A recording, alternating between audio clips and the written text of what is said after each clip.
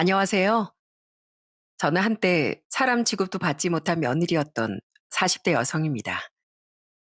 남들과 다를 것 없이 평범한 일상을 살던 제 인생이 뒤틀리기 시작한 건 남편을 만난 순간부터였어요. 남들은 흔히 착하고 성실한 남자와 결혼하라고 말하잖아요. 하지만 연애 때 성격 하나는 정말 착하다고 믿었던 남편은 그저 자기 주장 하나 없는 호구 중의 호구였습니다. 겉으론 자상하고 말 잘 듣는 듯 했지만 실제로는 엄마 없이는 아무것도 못하는 철부지에 불과했죠. 시댁 식구들 눈치에 늘 휘둘리는 그 사람 곁에서 저 역시 인간으로서의 존중조차 받지 못한 채 살아야 했고요. 다시 떠올려봐도 지옥 같던 제 결혼 생활 이야기 들려드릴게요. 저희 부모님은 두 분 다 소문난 워커홀릭이셨어요. 저희가 살던 작은 지역에서 부모님 이름을 대면 모르는 사람이 없을 정도였죠. 김씨네 부분 뭐 그렇게 바쁘대? 보니까 아침 일찍 출근해서 새벽에야 들어오던데 아주 떼돈 벌겠어? 말도 마. 둘 다 워낙 바쁜 사람들이라 그 집 애들은 할머니, 할아버지가 다 키운다고 하잖아. 애들만 짠하지 뭐.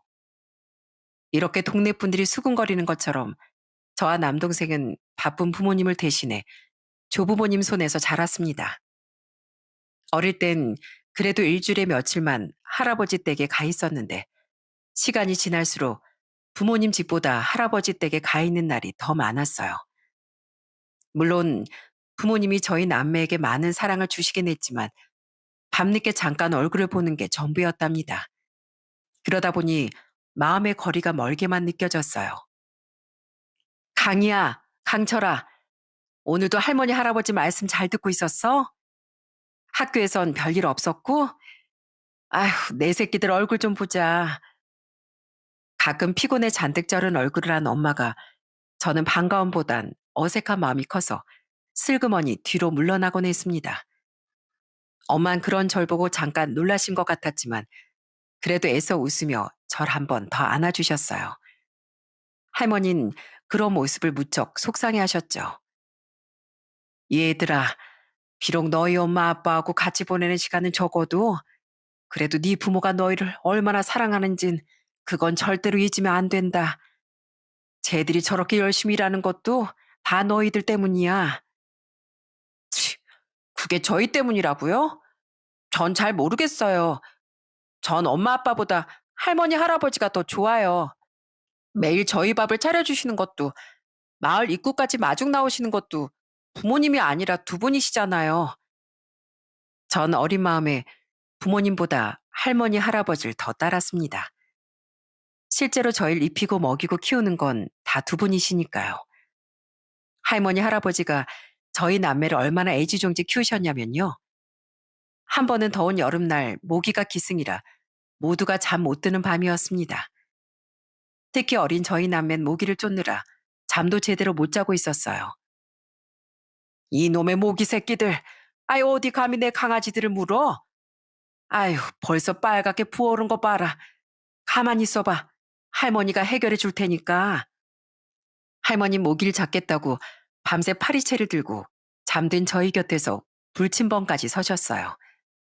혹시나 저희 깰까봐 발소리도 못 내고 온 방을 살금살금 오가며 밤새 그렇게 모기를 쫓으셨죠. 그런 할머니의 사랑 덕분에 저희는 모기가 있는지도 모르고 깊은 잠을 잘 수 있었고요. 할아버진 이러다 모기보다 할머니 먼저 잤겠다며 결국엔 저희 방 전체에 모기장을 둘러주셨어요. 이렇다 보니 부모님보다 할머니, 할아버지께 훨씬 큰 애정을 가질 수밖에 없었죠. 저희 남매는 중학생, 고등학생이 되어서도 여전히 두 분의 큰 사랑 속에서 자랐습니다. 전보다 머리가 조금 컸다고 까불긴 했지만 그래도 늘 할머니, 할아버지 껌딱지였어요.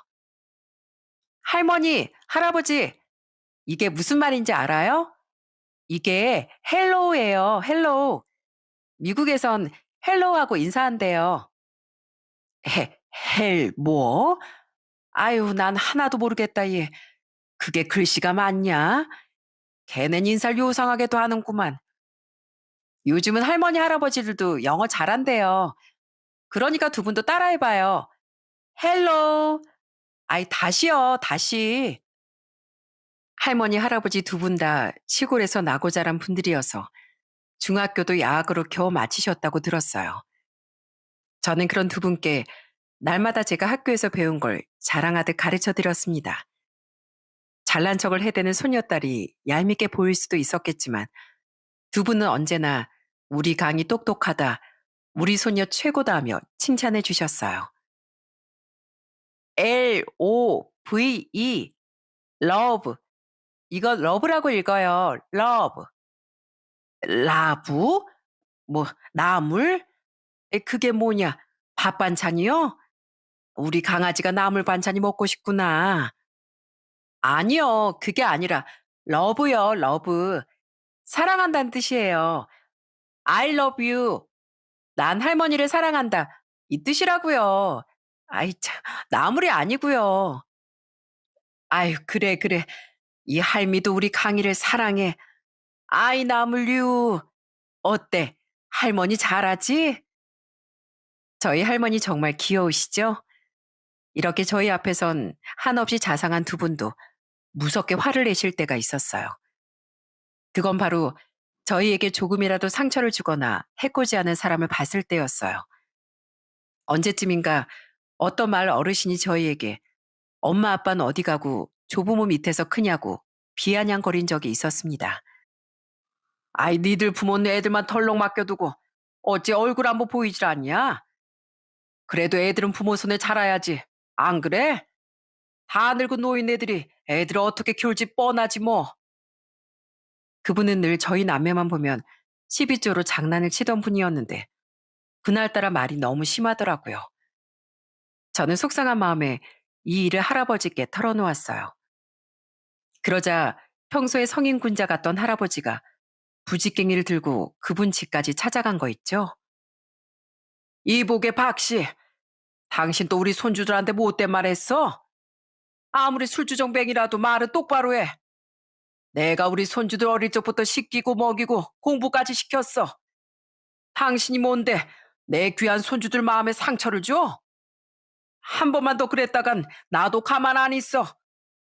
앞으로 우리 손주들한테 말 한마디라도 걸면 그땐 말로 안 끝날 줄 알아? 그때 할아버지의 기세가 얼마나 무서웠던지 동네에서 그 누구도 저희에게 함부로 대하지 않았어요. 덕분에 저희는 마음 편하게 공부에만 집중할 수 있었고 전 당당하게 서울의 대학교에 합격하게 되었죠. 할머니, 할아버지, 나 없어도 밥 잘 챙겨 드셔야 돼요. 아프면 꼭 병원 가고 약도 빼놓지 말고 드시고요. 강철이가 병원 가자고 하면 귀찮아하지 말고 잘 따라가셔야 돼요. 알겠죠? 그럼, 그럼. 넌 우리 걱정 말고 서울 가서 공부만 열심히 해. 뭐 먹고 싶은 거 있으면 언제든지 전화하고. 서울은 위험하다니까 밤늦게 절대 돌아다니지 말고 밥도 잘 챙겨 먹고. 알았지? 뭐냐. 할머니가 나무래, 나물. 저는 두 분을 남동생에게 맡기고 혼자 서울로 가는 게 괜히 죄송하고 마음에 걸리더라고요. 대학에 다니면서도 자주 전화를 드렸지만 늘 마음 한구석이 허전했어요. 할머니도 가끔 제게 보고 싶다며 울먹거리기도 하셨거든요. 오늘따라 우리 손녀가 보고 싶어서 눈물이 날 것 같다. 아휴, 할미가 주책이지? 강철이도 이제 좀 있으면 대학 간다고 떠날 텐데 우리 강아지들 보고 싶어서 어쩔고. 할머니, 제가 방학하면 바로 내려갈게요. 울지 마시고요. 저도 눈물 날 것 같잖아요. 집에 가면서 할머니 좋아하시는 옛날 과자 많이 사갈 테니까 조금만 기다려주세요. 저도 많이 보고 싶어요. 하지만 할머니, 할아버지를 뵈러 가겠다는 그 약속은 좀처럼 지켜지지 않았어요. 저도 참 못된 손녀죠. 두 분께서 주신 사랑 덕분에 자랐으면서 제 생활이 바쁘다는 핑계만 대고 있었으니까요. 그저 자주 전화를 드리니까 그래도 난 착한 소녀야 하며 제 스스로를 다독이고 있었습니다. 그러다 제가 대학교 졸업반이 되었을 무렵이었어요. 정말 몇 년 만에 부모님이 휴가를 내셔서 온 가족이 다 같이 둘러앉아 밥을 먹었던 적이 있었습니다. 그 전에 부모님과 밥을 먹은 게 언제였는지 기억도 안 날 정도였죠. 식사 전에 다들 이래저래 할 일이 있어서 식탁에 저와 아빠만 둘만 앉아있던 시간이 잠깐 있었는데요. 너무 어색해서 시선을 어디에다 둬야 할지도 모르겠더군요. 어, 그게, 아빠, 웬일로 휴가를 내셨어요? 원래 휴가 같은 거 잘 안 챙기시잖아요. 어색한 침묵만 돌던 중에 제가 용기를 내 아빠에게 먼저 질문을 했습니다. 아빠도 저랑 대화가 어색했는지 연신 냉수만 들이키고 계셨거든요. 어? 아니, 네 할아버지가 이제 연세도 지긋하시고 최근에 건강도 조금 안 좋아지셨다고 하니까 이번엔 얼굴 좀 뵈야겠다 싶어서 그냥 아빠가 겸사겸사 휴가 냈지. 정말 잠깐이었지만 숨막히던 부녀의 대화는 가족들이 주방으로 들어오면서 그마저도 끊겨버렸습니다. 할아버진 본인이 죽기 전에 부모 자식 간의 살가운 모습을 한 번이라도 보고 싶다고 늘 말씀하셨어요. 옛말에 부모 자식 간은 천륜이라고 했다. 아무리 우리 손에 애들을 키웠다지만 그래도 가장 가까워야 하는 관계는 부모와 자식 사이지 않겠어? 삼강오륜에 보면 부자 유친이란 말이 있다. 너희들 전부 나보다 많이 배우고 똑똑한 녀석들이니 그게 무슨 뜻인지 찾아보고 각별히 기억하고 살도록 해라. 그 무렵 건강이 많이 나빠지신 할아버진 부모님과 저희 남매 사이가 너무 멀어 보여 걱정이 많으신 것 같더라고요. 하지만 평생 서먹하던 관계는 쉽게 좁혀지지 않았어요. 결국 제가 대학교를 졸업하고 취업 준비를 하던 무렵 할아버진 밭일을 하다가 쓰러져 병원으로 급히 이송되셨어요. 그리고 그렇게나 보고 싶어 하시던 사이좋은 가족의 모습을 한 번도 보지 못하고 세상을 떠나시고 말았습니다. 할아버지를 떠나보낸 충격이 너무 크셨던지 할머니도 그로부터 몇 년 후 갑작스럽게 저희 곁을 떠나셨고요. 몇 년 사이에 사랑하는 할머니, 할아버지를 떠나보낸 충격은 정말 이루 말할 수가 없었어요. 두 분의 하나뿐인 외아들이었던 아빠가 받은 충격은 그 이상이었고요. 어머니, 아버지, 이 불효자를 용서하세요. 먹고 살기 바쁘다는 핑계로 두 분께 애들만 맡겨놓고 효도 한 번 못하니 못난 아들을 부디 용서해 주세요. 아빤 할머니, 할아버지 사진 앞에서 주저앉아 흐느끼셨습니다. 저는 그 모습을 지켜보며 그동안 미처 알지 못했던 아빠의 깊은 외로움과 진심을 처음으로 느꼈어요. 그렇게 할머니, 할아버지를 눈물 속에 떠나보내고 저희 가족에겐 놀라울 정도로 큰 변화가 생기기 시작했어요. 비록 같이 살지 못했지만 자주 안부 전화도 하고 생일날이나 명절날 모여서 밥도 같이 먹고 예전엔 상상도 못했던 가족 사진까지 함께 찍게 됐습니다. 할머니, 할아버지가 이 모습을 보셨다면 얼마나 좋아하셨을까요? 저희 가족들 모두 두 분을 떠나보낸 다음에야 두 분의 크나큰 사랑을 비로소 깨닫게 되었던 것 같네요. 시간이 조금 흘러 취준생이던 전 대기업 연구원으로 입사하게 됐습니다. 그러다 남동생이 저보다 먼저 결혼을 했고요. 동생의 결혼식 날 부모님도 울지 않으셨는데 유독 저만 그렇게 눈물이 나더라고요. 새카맣고 조그마하던 콧질질이가 언제 저렇게 다 커서 장가를 가나 싶었습니다. 할아버지 댁에 살면서 제가 동생을 챙겨야 하던 때가 많아서 아무래도 더 감정이 복받쳐 오르는 것 같았어요. 남동생도 계속 울고 있는 절 보고 눈시울을 붉혔고요.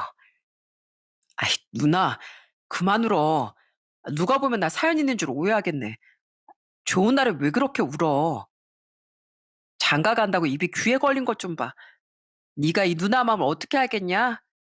곧 찔찔대던 애가 누나보다 먼저 결혼을 다 하고 많이 컸다 너. 그래도 제 옳게 되는 사람이 너무 좋은 사람이라 남동생을 장가 보내는 마음이 마냥 슬프진 않았습니다. 오히려 여동생이 하나 더 생기는 기분이었죠. 저희 올케는 귀엽고 애교도 많고 정말 살가운 성격이에요. 저한테도 형님 형님 하면서 먼저 전화도 주고 데이트하자고 찾아오기도 하고요. 저희 식구들이 다들 무뚝뚝해서 서로 표현을 잘 못하는데 올케 덕분에 집안 분위기가 확 달라진 것 같았어요. 하루는 제가 퇴근하고 집에 들어오는데 문 앞에 누가 쪼그려 앉아 있더라고요.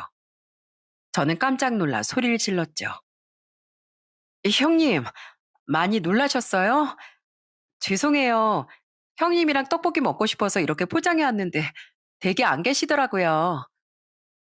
대체 누군가 싶어서 보니 바로 저희 올케였습니다. 올케는 떡볶이랑 튀김 포장을 들고 해맑게 웃으며 말하더군요. 아, 하여튼 못 말려. 집에 들어가 있지. 여기서 이러고 있었어? 내가 배터리 나가서 전화도 못 받았네. 미안해. 많이 추웠지? 떡볶이가 너무 따뜻해서 괜찮았어요. 제가 불쑥 찾아와서 많이 놀라셨죠?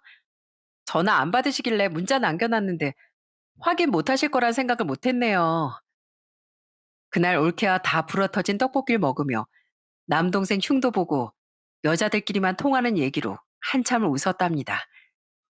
집에 새 식구가 늘어난 만큼 행복도 두 배로 늘어난 것 같았어요. 그때까지 전 회사 집, 회사 집만 오가며 단조로운 일상을 살고 있었고요. 그러던 어느 날 문득 거울을 보니 나인 먹을 만큼 먹었고 가족들은 모두 자기 살기 바쁘니 마음이 참 적적하더라고요. 그래서 유기견 센터를 방문해 강아지 한 마리를 입양했습니다. 파양 경험이 많은 강아지였는데 처음에 제 눈치를 어찌나 보던지 어릴 적 꼭 처음 할아버지 댁에 맡겨진 절 보는 것 같아 마음이 짠하더라고요. 그 녀석 등에 콩알 만한 점이 하나 있어서 저는 콩알이라고 이름 지어줬죠. 콩알아, 앉아. 옳지. 아유, 똑똑해라, 내 강아지. 내 마음을 위로해주는 건 너밖에 없다. 처음엔 제가 콩알이에게 새 삶을 줬다고 생각했습니다. 하지만 콩알이에게 더할 나위 없이 무조건적인 사랑을 받으며 진짜 새 삶을 선물 받은 건 바로 저인 것 같더라고요. 부모님도 그렇고 주변 친구들도 그러다 강아지만 키우며 노처녀로 살 거냐는 잔소리를 듣긴 했지만 우리 콩알이만 있다면 뭐 그것도 나쁘진 않겠다 싶은 생각이 들더라고요. 그렇게 제 하루하루를 따뜻하게 채워주던 콩알이가 6살이 되던 해 그만 몹쓸병에 걸리고 말았습니다. 처음엔 산책을 많이 시켜서 피곤한가 했는데 어느 날부턴 밥도 잘 안 먹고 제가 불러도 예전처럼 반갑게 꼬리를 흔들지 않더라고요. 전 혹시 무슨 일인가 싶어서 울며 불며 동물병원으로 달려갔어요. 우리 친구 이름이 콩알이라고 했죠? 우선 엑스레이와 혈액 검사 결과를 종합해보면 콩알인 현재 말기 신부전과 간 기능 저하, 그리고 복부에 다발성 종양이 관찰되네요. 아무래도 마음의 준비를 하고 계시는 게 좋을 것 같습니다.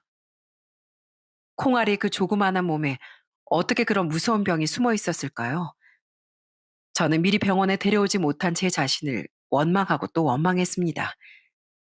전 그제야 발등에 불 떨어진 사람처럼 하루가 멀다 하고 동물병원을 방문했지만 콩알이를 살리기엔 너무 늦은 후였어요. 콩알인 그렇게 제게 평생 잊지 못할 따뜻한 온기를 남긴 채 무지개 다리를 건너고 말았습니다. 콩알아, 너무너무 사랑해. 넌 내 하나뿐인 강아지야. 우리 이 다음에 꼭 다시 만나자. 천국에서 엄마를 꼭 기다려줘. 고생 많았어. 잘 가. 그렇게 콩알을 보내고 전 한동안 회사의 병가를 내야 할 정도로 펠로스 증후군을 겪었답니다. 콩알이와 비슷한 강아지만 봐도 울고 한동안 동물이 나오는 프로그램은 보지도 못할 정도였어요. 가족들도 제 상태를 많이 걱정했죠. 올케는 제 마음을 알겠다며 저와 같이 눈물까지 흘렸습니다. 그렇게 힘든 시간을 견디던 어느 날 회사 동료에게서 메시지 하나가 날라왔어요. 강희 씨 괜찮아? 오늘도 콩알이 사진만 보면서 막 울고 있는 거 아니지? 그러지 말고 혹시 소개팅 해볼 생각 없어? 내가 잘 아는 동물병원 원장님이 계시는데 강희 씨 마음을 누구보다 잘 이해해 줄 것 같네. 저는 동료의 말을 듣고 처음엔 딱 잘라 거절했습니다. 하지만 동료는 몇 번이고 밥이나 한 끼 먹고 와라. 아니면 그냥 콩알을 보낸 속풀이라도 실컷 하고 오라며 자꾸 재촉하더라고요. 하는 수 없이 전 시간만 때우고 와야지 하는 마음으로 그 소개팅 자리에 나가게 되었죠. 그리고 놀랍게도 저는 처음 만난 남자 앞에서 무려 1시간 펑펑 울며 힘든 마음을 털어놓게 되었어요. 콩아리가 저한테 어떤 존재였냐면요. 걘 그냥 강아지가 아니었어요. 퇴근하고 집에 돌아오면 매일 반겨주고 말하지 않아도 제 기분을 알아주는 그런 가족이었거든요. 콩아린 제가 힘들 때, 지칠 때 아무 말 없이 제 옆을 지켜줬는데 전 콩아리가 그렇게 아픈 줄도 모르고 너무 늦게 병원에 데려갔어요. 저 정말 못된 주인이죠? 이 손수건으로 눈물 닦아요. 더 울고 싶으시면 답답한 속이 풀릴 때까지 우셔도 괜찮습니다. 반려견을 잃은 슬픔이라는 게 단순히 키우던 개를 잃은 슬픔 정도가 아니잖아요. 그건 가족을 잃은 것만큼 큰 충격이 맞아요. 그러니까 지금 강희 씨가 괴롭고 스스로를 자책하는 것도 이상한 게 아니고요. 동물병원 원장이라는 그 소개팅남은 직업 덕분인지 슬픔에 빠진 제 마음을 누구보다 잘 이해해 주더라고요. 저흰 그 후로도 만날 때마다 콩알이 얘기를 하며 부쩍 가까워졌어요. 덕분에 슬픔에 괴로워하던 제 마음도 많이 편안해졌죠. 그렇게 전 이해심 넓고 착한 남자와 1년 조금 넘게 연애를 하게 됐습니다. 그리고 결혼을 약속한 사이가 되었어요. 당신도 알다시피 나한테 누나가 둘이나 있잖아. 누나들과 나이 차이도 꽤 나고 어른들이 그렇게 기다리던 아들이어서 어릴 때부터 사랑을 듬뿍 받고 컸어. 어떤 집은 그런 경우에 형제들끼리 질투하고 사이가 안 좋다는데 우리 누나들은 다행히 그런 게 하나도 없었어. 오히려 날 귀엽다고 많이 예뻐해줬지. 남편에겐 누나가 둘이나 있었는데 저도 남동생이 있는 입장에서 동생들이 얼마나 사고를 많이 치는지 잘 알고 있었거든요. 그런데 남편은 누나들에게 예쁨만 받고 자랐으니 그때는 참 착한 누나들이구나 했습니다. 한편으론 사랑을 많이 받고 자라서 남편 성격이 저렇게 다정하구나 싶었고요. 특히 큰 누나 날 정말 예뻐했어. 어느 정도였냐면 하루는 5살이던 내가 집에서 사라져서 집안이 발칵 뒤집힌 적이 있었대. 엄마 울고불고 동네를 뛰어다니며 날 찾았는데 알고 보니까 큰 누나가 학교 갈 때 나랑 떨어지기 싫다고 몰래 데려간 거였더라. 마치 아끼는 인형 들고 가듯이 말이야. 남편과 연애하면서 매번 듣는 누나들과 남편의 에피소드가 어찌나 다정하고 사랑스럽던지 그땐 무뚝뚝한 누나였던 제가 남동생에게 미안해질 정도였어요. 어딜 가나 인기가 많은 남편은 저희 부모님께도 예쁨을 많이 받았죠. 당시 저희 부모님은 지방에 살고 계셨는데 그 지역 특산품 중에 알밤이 진짜 유명했거든요. 엄만 그냥 먹어도 맛있는 알밤을 직접 다 다듬고 재워서 밤 조림을 만들어 주셨답니다. 우리 바쁜 예비 사이 진료보다가 피곤하고 당 떨어지면 이거 하나씩 쏙쏙 집어먹게나. 달달하니 정말 맛있을 거야. 장모님, 언제 이런 걸 다 만드셨어요? 정말 감사해요. 맛있게 잘 먹겠습니다. 밤도 밤이지만 장모님이 주시는 사랑이 달콤해서 벌써 힘이 나는 것 같네요. 남편이 이렇게 낯간지러운 소리도 곧잘 하곤 했습니다. 시댁 식구들도 직접 만나보니 가족 간의 사랑이 넘치는 집이었어요. 서로 함께 보내는 시간도 많고 감정 표현도 잘 하는 것 같았고요. 저희 집과 분위기는 많이 달랐지만 저도 내심 화목한 가정이 부러웠기에 시댁 식구들에 대해 걱정이 없었습니다. 그렇게 남편과 전 축복 속에 결혼하게 되었고 한동안 깨가 쏟아지는 신혼생활을 즐겼습니다. 우리 며느리와 이렇게 한 식구가 되니까 정말 좋구나. 우리 전화도 자주자주 하고 얼굴도 자주 보자. 우린 이제 한 가족이잖니. 처음엔 자주 보자는 시모의 말도 다정하게만 들렸습니다. 하지만 결혼한 지 3년이 채 지나지 않아 이 모든 게 다 제 눈에 씌었던 콩깍지였음을 알게 되었죠. 우선 자주 얼굴 보자던 말은 그냥 시모의 일방적인 호출을 의미하는 말이었어요. 시모는 시도 때도 없이 전화를 걸어서 본인의 귀한 아들이 잘 있는지 물었거든요. 새아가, 나다. 넌 왜 이렇게 전화를 늦게 받니? 우리 막둥이 오늘 아침 식사는 잘하고 출근했어? 어제는 밥을 좀 남겼다며. 어머님, 저 지금 회사에 있어서요. 그리고 어제는 어머님 아드님이 반찬 투정하느라 남긴 거였고요. 오늘은 한 톨도 남김없이 다 먹었어요. 그러니까 걱정 마세요. 가끔 이렇게 저도 화가 나서 비비꼬며 말했지만 시모의 귀엔 당신 아드님이 밥을 다 먹었다는 소리만 들리는 모양이었어요. 그래, 그래. 잘했다. 앞으로 아침은 걔 좋아하는 고기 반찬으로 해줘라. 그리고 국물은 아침부터 고춧가루탕 국 말고 콩나물같이 시원하고 담백한 국으로 끓이고. 알겠지? 어머님, 제가 생각해 봤는데요. 아무래도 제 서툰 음식 솜씨보다 어머님 음식이 그의 입맛에 잘 맞지 않겠어요? 앞으로는 어머님 댁으로 아침마다 밥 먹고 오라고 보낼까 봐요. 진짜로 한동안은 시댁에 가서 아침 먹으라고 남편을 떠밀기도 했습니다. 말 잘 듣는 남편은 제가 시키는 대로 고분고분하게 시댁에 가서 아침을 먹었죠. 그러다 시누이들이 제게 전화로 잔소리를 쏟아내는 바람에 결국 제 계획은 중단될 수밖에 없었어요. 아니, 올케. 안 그래도 바쁜 일 굳이 우리 엄마 집까지 보내서 밥 먹고 오라고 했다며? 어쩜 그럴 수가 있어? 병원장 남편 아침 한 끼 차려주는 게 그렇게 힘들어서 시어머니한테 맡겨? 형님, 어머니께 맡긴 게 아니라 그이가 반찬 투정이 심해서 밥을 못 먹을까 봐 그랬어요. 그리고 동물병원장과 그냥 병원장은 너무 큰 차이인 거 아시죠? 남들이 들으면 오해할까 봐요. 이것뿐만 아니라 시모와 시누이들의 늦둥이 걱정은 밤낮을 가리지 않더라고요. 저는 시댁 식구들 때문에 아주 전화벨 소리만 들려도 진절머리가 날 정도였어요. 그래도 그때는 남편이 아직은 다정하고 착한 사람이었고 무엇보다 저희 아이까지 태어났을 무렵이라 전 어떻게든 잘 버텨보려고 애썼습니다. 그렇게 시간이 조금 더 흐르자 평생 내 편인 줄 알았던 남편도 슬슬 본색을 드러내기 시작하더군요.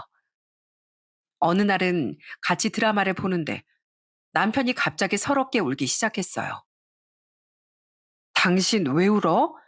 갑자기 왜 그래? 무슨 일 있어? 아니, 저 드라마 보니까 갑자기 우리 엄마 생각이 나서 나도 우리 엄마 아빠한테 효도해야 되는데 저기 드라마 좀 봐봐. 자식들이 부모가 늙고 병드니까 모른 척 하잖아. 난 절대 안 그럴 거야. 우리 엄마 아빠 나이 들수록 더 잘할 거야. 남편은 그 뒤로도 중년 여성들만 보면 울거나 시모가 생각난다며 갑자기 전화를 걸어댔습니다. 처음엔 저도 그 모습이 웃기고 참 다정한 아들이구나 싶었어요. 하지만 점점 그 정도가 지나치는 걸 보고 불현듯 어떤 예감이 들더라고요. 혹시 내 남편이 말로만 듣던 그 마마보이일까? 하지만 차라리 마마보이에서 그치면 양반이었을 정도로 시댁 식구들은 좀 이상한 애착 관계를 가지고 있었어요. 우선 무슨 일이 있을 때마다 서로에게 전화를 못해서 안달이었어요. 특히 제 큰 시누이가 제일 큰 문제였죠. 우리 막둥이 밥 먹었어? 큰 누나야. 다름이 아니고 누나가 좀 속상한 일이 있어서 그런데 오랜만에 막둥이랑 맥주 한잔 할 수 있을까? 설마 그런 것도 올케한테 허락받고 그런 거 아니지? 너 그렇게 잡혀 살면 안 돼. 큰 시누인 속상한 일이 있다며 마흔이 넘어 아이까지 있는 남편을 불러냈습니다. 남매 사이에 맥주 한 잔씩 하는 걸 이해 못하는 건 아니지만 문제는 그 시간이 저녁 늦게 그것도 아무런 상의도 없이 갑작스럽게 이뤄졌다는 거예요. 남편은 큰 시누의 전화를 받자마자 누나가 많이 힘들대. 나 나갔다 올게. 라며 나가버리더군요. 그러더니 새벽이 다 돼서 술에 만취한 채로 귀가했고요. 여보, 우리 큰 누나가 말이야. 장사를 하잖아. 근데 요즘 경기가 너무 안 좋아서 장사가 안 된대. 한 5천만 원만 있으면 괜찮을 것 같다는데 우리가 좀 도와주면 안 될까? 다른 사람도 아니고 우리 누나잖아. 뭐? 얼마? 5천만 원? 여보, 그건 너무 큰 돈이다. 우리 애 키우면서 들어갈 돈도 많고 얼마 뒤 이사도 가야 되는데 당장 그렇게 큰 돈을 어떻게 도와드려. 그건 좀 힘들 것 같아. 아휴, 형님도 좀 너무하시네. 그런 얘기를 당신이랑만 하시고. 저는 시댁 식구들 사이가 얼마나 각별한 줄 알기에 일단은 좋게 좋게 돌려서 거절했어요. 하지만 남편은 벼랑간 소리를 고래고래 지르며 화를 내기 시작하더군요. 뭐라고? 당신 지금 말 다 했어? 내가 당연히 동생인데 누나가 힘들다면 도와야지. 당신 이렇게 냉정한 사람이었어? 진짜 못됐다 못됐어. 설마 처남이 그랬어도 당신이 그렇게 냉정하게 말했을까? 됐어. 당신한테 물어본다가 내가 멍청하지. 아이 됐어. 내 돈 내가 쓰겠다는데 당신 허락받을 필요 없어. 남편은 화를 내며 날뛰다가 제 허락은 필요도 없다며 문을 박차고 나가버렸습니다. 저는 방금 뭐가 지나간 거지 싶게 벙쪘어요. 그리고 다음날 남편은 어느새 큰 시누이에게 5천만 원을 입금해 주었더라고요. 저는 당장 남편에게 따져 물었어요. 어떻게 그렇게 큰 돈을 바로 이체해 줄 수가 있어? 당신 대체 무슨 생각이야? 그리고 형님이랑 차용증은 썼어? 가족이라도 돈 거래는 확실해야 할 거 아니야. 당신 진짜 정 떨어지게 말한다. 내 돈 내가 보내겠다는데 당신이 무슨 권리로 잔소리야? 우리 앞으로 각자 번 돈은 각자 관리하자고. 서로 묻지도 따지지도 말았으면 좋겠어. 전 그때 제 앞에서 미운 말만 골라 하는 사람이 제 남편이 맞나 싶더라고요. 큰 싸움이 나기 전에 제 남편은요, 뭐든지 저랑 상의부터 하는 그런 사람이었거든요. 하다못해 라면을 끓일 때도 무슨 라면을 먹을지, 어떤 익힘 정도로 끓일지 제게 묻던 사람이었어요. 그런 사람이 앞으로 돈 관리를 따로 하자고 말하니 그 말이 참 낯설고 서운하더라고요. 그래도 그때까지 저도 육아휴직을 제외하곤 계속 직장 생활을 하고 있어서 남편에게 그렇게 하겠다고 답했어요. 사실 지금 저희 아이도 올케가 육아를 도와줘서 직장 생활을 병행하며 키울 수 있었던 거지. 시댁에서는 도움을 주는 게 하나도 없었거든요. 남편도 마찬가지였고요. 우리 애 키우는 거 내 남동생 와이프가 전적으로 도와주고 있는 거 알지? 지금 내가 직장에 다닐 수 있는 것도 다 올케 덕분이야. 그러니까 올케한테 줄 사례비 정도는 당신이 부담했으면 좋겠어. 같은 가족이라도 도와주는데 마음뿐 아니라 책임도 필요한 거잖아. 나 혼자만 고마워하고 책임지는 건 아닌 것 같아. 참나? 아, 그건 당신 올케가 전업주부라서 그런 거잖아. 집안에서 탱자탱자 놀고 먹으니까.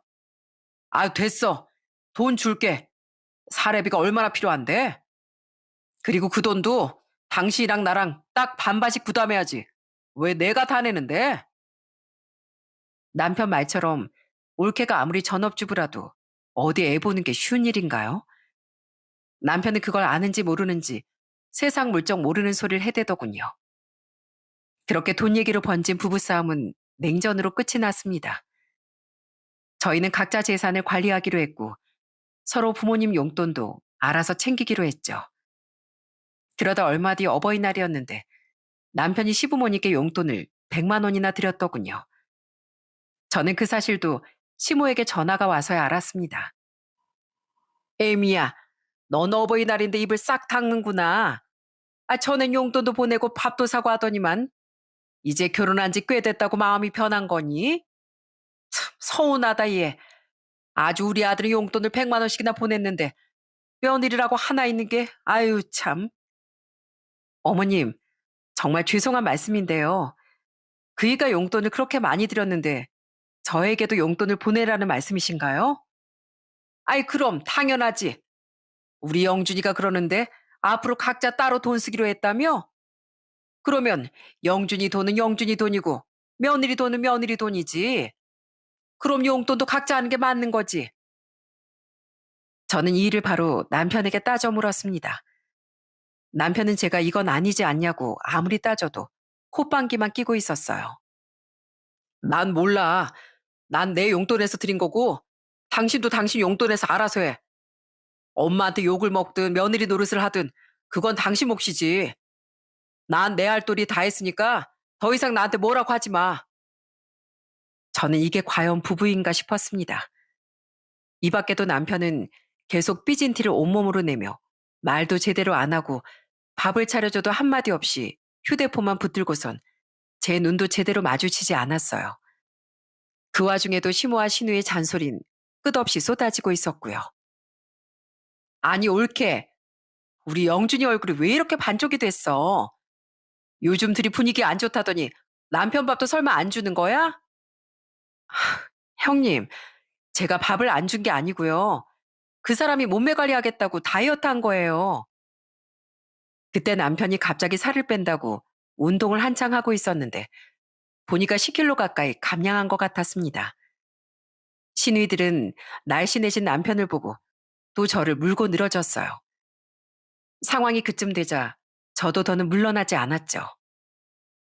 형님, 근데 아무리 생각해도 남편이 다이어트 할 필요는 없어 보이지 않나요? 형님하고 어머님이 말씀하시는 것처럼 볼살도 귀엽잖아요, 그이가. 아유, 그치. 우리 영준이가 뺄 살이 어딨어. 가뜩이나 병원장이 고생하는데 살까지 빠져서 짠해 보이는구만. 제발 밥도 좀 잘 먹여. 그쵸. 아무리 생각해도 살은 형님이 좀 빼셔야 할 것 같은데. 아이, 그래도 명색이 동물병원장 누나신데 몸매 관리 좀 하셔야 하는 거 아니에요? 그러다 우리 병원장님 망신당하겠어요. 누나들이 남동생보다 통통하다고요. 어떻게 헬스클럽 좀 추천해 드려요? 신우인 제가 실실 웃으며 얘기하자 얼굴이 시뻘개져선 입술을 꾹 다물더군요. 저는 그 이후부턴 매일같이 걸려오는 시댁 식구들의 전화를 딱 거절했어요. 혹시 통화하더라도 전처럼 참지 않고 하고 싶은 말을 다 해줬어요. 그렇다 보니 그 말이 남편 귀에도 들어갔는지 갈수록 남편이 절 대하는 게 차가워졌어요. 그게 겨우 결혼 5년 차 때 일이었습니다. 그렇게 아슬아슬한 생활을 이어가던 중 남편이 슬그머니 다가와 얘기 좀 하자고 청하더라고요. 저는 혹시 남편의 마음이 달라진 건가 아니면 이제 결혼 생활을 끝내자고 하려는 건가 싶어 심장이 두근두근했어요. 그렇게 저희 부부는 오랜만에 마주 앉게 되었죠. 남편은 몇 번 망설이더니 아주 어렵게 입을 열었습니다. 혹시 당신 돈 좀 있어? 모아둔 돈 있으면 얼마라도 융통해 줄 수 있어? 돈? 돈을 달라고? 아니, 당신이 나보다 훨씬 잘 벌잖아. 근데 갑자기 무슨 돈? 남편은 충격적이게도 급전이 필요하다며 돈을 좀 빌려줄 수 있냐고 물었습니다. 돈 얘긴 전혀 예상치 못한 얘기라 저는 엄청 당황하고 말았어요. 우선 무슨 일인지 말해줘야지. 그리고 당신 그 잘난 동물병원장인데 급전이 대체 왜 필요한 거야? 무엇보다 우리 각자 돈으로 생활하기로 했잖아. 그건 당신이 먼저 원한 거고. 근데 이제 와서 왜 이래? 나한테 그렇게 냉정하게 굴 때는 언제고? 아, 당신도 그렇게 냉정하게 말할 거야? 사람이 살다 보면 급전이 필요할 때도 있는 거지. 하물며 부부 사이인데 또 옛날 얘기 꺼내면서 사람 무안하게 할 거야?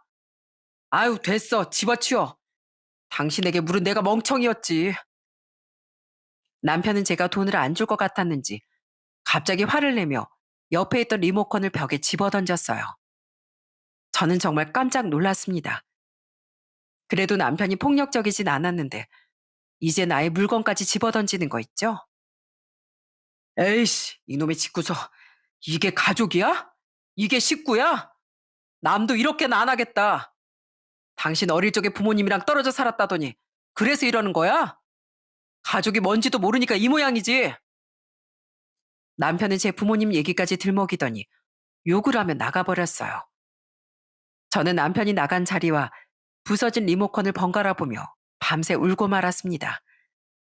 더는 이 사람과 살지 못하겠다는 생각이 들었거든요. 남편은 그런 제 마음을 아는지 모르는지 술을 진탕 먹고는 새벽이 다 되어서 들어왔습니다. 저는 술에 취해 널브러진 남편을 보며 이번에야말로 갈라서기로 결심했어요. 남편은 저와 사이가 소원해진 이후로 아이에게조차 관심도 없었어요. 그냥 옆집에 보듯이 출퇴근할 때 한번 들여다보는 거로 땡이었죠. 어쩌다 아이가 남편에게 놀자고 매달려도 아빠 피곤해. 엄마랑 가서 놀아. 아니면 외숙모네 가든지. 주말이라 사람하고 복잡한데. 자꾸 어딜 나가자고 조르는 거야. 귀찮게. 부부 사이가 멀어진 건 둘째치고 점점 아이에게도 함부로 대하는 모습을 보면서 남편에게 더는 실망할 게 없을 정도로 온갖 정이 다 떨어졌습니다. 여기다 더해서 그 순간에도 계속 날아오는 시댁 식구들의 연락이 너무나 괴로웠고요. 아이에게 미안하고 부모님께 죄송해서 꾹 참고 있던 이혼이란 말이 점점 현실로 다가오는 것 같았죠. 그렇게 괴로운 제 마음과 달리 또다시 아침이 밝아오더군요. 저는 한숨도 자지 못하고 뜬 눈으로 밤을 지새웠습니다. 술에 취해 점심때까지 자던 남편은 해가 중천에 떠서야 배를 벅벅 긁으며 일어나더라고요. 잠에서 깬 남편은 해장이 하고 싶었는지 절 무시한 채 라면을 끓여 먹기 시작했어요. 어젯밤 그런 일이 있었는데 라면이 잘도 넘어가나 보네요. 그러던 그때 띵동하고 초인종이 울렸습니다. 일요일 아침에 누군가 싶어서 봤더니 반찬을 바리바리 싸들고 온 시모였어요. 이해, 나인지 확인했으면 문이나 열지. 왜 뜸들이고 있는 거니? 아유, 무거워 죽겠구만. 어서 나와서 받질 않고. 시모는 주말인데도 제게 한마디 먼저 묻지도 않고 반찬까지 싸들고 집에 쳐들어온 거였어요. 시모는 늘 이런 식이었죠. 가끔 제가 불편한 기색을 내비치면 내가 내 아들 집에도 못 오니? 며느리 무서워서 아들 얼굴도 못 보고 살겠다 얘. 라고 오히려 호통을 치는 사람이었고요. 그날도 예고 없이 집에 찾아온 시모는 주방에서 퉁퉁 부은 얼굴로 라면을 먹고 있는 남편을 보자마자 소리를 질러댔습니다. 아들, 너 지금 아침부터 뭘 먹고 있는 거야? 주말인데 집에서 제대로 된 밥 한 끼 못 얻어 먹는 거야? 시모는 사랑하는 막내 아들이 라면을 먹는 게 그렇게 안타까웠는지 연신절 째려보며 혀를 차더라고요. 아이, 넌 집구석에 있으면서 남편 밥도 안 차려주고 뭐 하는 거니? 평일이나 출근한다니까 이해해보려고 해도 오늘은 주말이잖아. 내가 뭐 내 아들한테 팔접반상을 차려주라고 했니? 아니면 가마솥에 불 떼서 밥을 하라고 했어? 국이나 반찬 같은 거 당연히 네가 차려줘야지. 어디 병원이라는 사람한테 라면을 먹여? 너 개념이 없어도 너무 없는 거 아니냐? 어머님, 뭘 알고 말씀하시죠? 제가 끓여준 게 아니고요. 저 사람이 해장하려고 끓여 먹은 거예요. 어머님 아드님이 새벽까지 술 먹고 들어와서 저러는 거라고요. 근데 왜 다짜고짜 소리부터 지르시는지 정말 모르겠네요. 뭐 동물병원장은 라면 먹으면 안 된다는 법이라도 있어요? 시모는 제가 지지 않고 받아치자 손까지 부들부들 떨며 당장이라도 절 한 대 때릴 기세로 삿대질까지 해댔습니다. 예, 너 병원장 사모님 되더니만 아주 분수를 모르고 날뛰는구나. 내 아들이 우리나라에서 제일 잘 나가는 동물병원 병원장이야. 병원장. 네가 언제 우리 아들 같은 사람 만날 수나 있을 것 같아? 너희 둘 갈라서면 우리 아들이야 꿀릴 거 없지만 넌 뭐 하나 제대로 된 거라도 있니? 얼굴이 되니 집안이 좋니? 그렇다고 돈이 있어? 어디서 감히 나서서 말대꾸야? 어머님, 누가 보면 뭐 판검사라도 되는 줄 알겠어요. 그리고 제가 몇 번이나 말씀드렸죠? 그냥 병원장이 아니고 동물병원장이요. 어머님 은근슬쩍 동물 얘기 빼고 말씀하시네요. 그리고 자기 밥은 자기가 차려 먹는 거지. 시대가 어느 시대인데 여자만 밥 차리라는 법이 있어요. 시모는 제 말이 끝나기가 무섭게 갑자기 주위를 두리번거리더니 남편이 먹고 있던 라면 냉비를 뺏어서 제게 확 부어버리는 게 아니겠어요? 너 같은 것들은 뜨거운 맛 좀 봐야 돼. 오냐? 그 좋은 라면 너나 먹어라. 다행히 남편이 먹다 남은 라면이라 국물이 그렇게 뜨겁진 않았지만 그때 제가 느낀 모멸감과 굴욕은 영원히 잊혀지지 않을 것 같네요. 졸지에 온몸에 라면 국물을 뒤집어 쓴 전 절규하듯이 소리쳤습니다. 어머님, 지금 뭐 하시는 거예요? 정말 해도 해도 너무하시네요. 어떻게 사람한테 라면 국물을 끼얹을 수가 있어요? 혹시 뜨거운 국물이었으면 어쩌시려고요? 이제라도 알아두라고. 라면은 너같이 말대답이나 따박따박하고 인간 같지 않은 것들이나 먹는 거야. 이제 알겠니? 아, 그러세요? 그럼 잠깐만 기다려 보세요. 어머니 말씀대로 해드릴 테니까요. 저는 시모에게 받은 대로 그대로 대갚아 주었습니다. 바로 남편이 밥 말아 먹으려고 국그릇에 가득 담아두었던 라면 국물을 그대로 시모에게 끼얹은 것이었죠. 저도 이렇게까지 하고 싶진 않았지만 그땐 저도 너무 화가 나서 눈에 뵈는 게 없더라고요. 저와 똑같이 라면 국물에 쩔은 시모는 깨악하고 비명을 질렀죠. 어머니 말씀대로라면 라면은 어머님이 드셔야겠네요. 그죠? 어머님이 제일 인간 같지 않으시니까요. 어떠세요? 아드님이 끓인 라면인데 맛이 괜찮으신가요? 병원장 아들이라 라면도 잘 끓이죠? 국물 맛이 좋을 건데 좀 더 드릴까요? 시모는 결국 그 자리에 주저앉아 며느리 잘못 드렸다고 통곡을 하기 시작했고 남편은 그런 시모를 데리고 제게 욕을 하며 함께 밖으로 나가버렸습니다. 저는 라면 냄새가 풀풀 나는 두 모자에게 끝까지 소리쳤어요. 아주 온 집안이 막둥이 아들 챙긴다고 난리였는데 이제 그런 아들한테 보살핌 좀 받아보세요. 옷도 한 벌 사달라고 하시고요. 그렇게 두 사람이 사라진 집은 바닥에 흥건한 라면 국물만 남고 폭풍이 지나간 자리처럼 조용해졌습니다. 저는 완전히 기운을 소진해서 그 자리에 멍하니 서 있었어요. 그리고 잠시 후 어디선가 작은 목소리가 들려왔습니다. 엄마, 엄마 왜 그래요?